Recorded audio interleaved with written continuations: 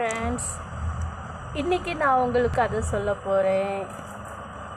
ஒரு மனுஷன் கடவுளை பார்க்குறதுக்கு வந்தாராம். கடவுளே, நான் உங்கள் கூட நித்திய காலமாக உங்கள் கூடவே வாழணும்னு ஆசைப்பட்றேன். அதுக்கு நான் என்ன பண்ணணும் அப்படின்னு சொல்லி கேட்டானாம். உன்னை கடவுள் சொன்னாராம், பொய் சொல்லக்கூடாது, களவு செய்யக்கூடாது, பொய் சாட்சி சொல்லக்கூடாது, கொலை செய்யக்கூடாது, அடுத்த பெண்ணை பார்க்கக்கூடாது. இன்னும் இம்பார்ட்டன்ட் ஒரு விஷயம் இருக்குது, தாய் தகப்பனை நீ அவங்க சாகிற வரைக்கும் நீ நல்லா பார்த்துக்கணும் அப்படின்னு சொன்னாராம்.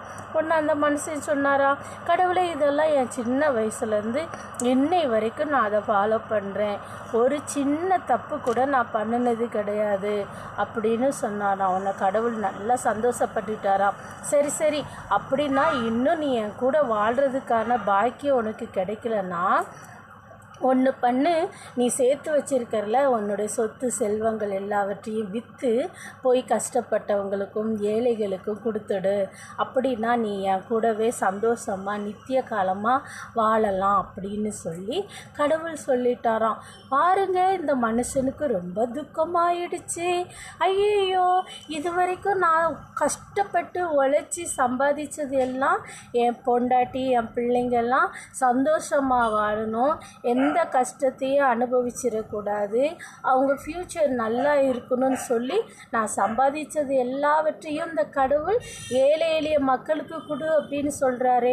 நான் கொடுத்த பின்னாடி நானும் என் பொண்டாட்டி பிள்ளைகளும் அவங்கள விட கேவலமாக ஏழைகளாக மாறிடுவோமே அப்படின்னு சொல்லிட்டு மனசில் ரொம்ப கஷ்டப்பட்டு போயிட்டாராம். ஃப்ரெண்ட்ஸ், இன்றைக்கி ரொம்ப மனுஷங்க தன்னுடைய வீட்டுக்கு மாத்திரம் ரொம்ப நல்லவங்களாக இருக்காங்க. இன்னும் சில பேர் உலகத்துக்கு ரொம்ப நல்லவங்களாக இருக்கிறாங்க. எல்லாரும் சொல்லுவாங்க, பிறந்தா இவ்வளோ மாதிரி நல்லவனாக பிறக்கணும் அப்படின்னு சொல்லுவாங்க. ஃப்ரெண்ட்ஸு, அப்படிப்பட்ட நல்லவங்கிறது ஊருக்கும் குடும்பத்துக்கும் மாத்திரம் சேர்த்து வச்சுட்டு சொத்துக்களை ஏழை எளிய மக்களுக்கு செல்வங்களுக்கு கொடுக்காத கஞ்சூஸ் ரொம்ப பேர் இருக்கிறாங்க. இன்னும் பல பேர் இருக்கிறாங்க. எப்படி தெரியுமா?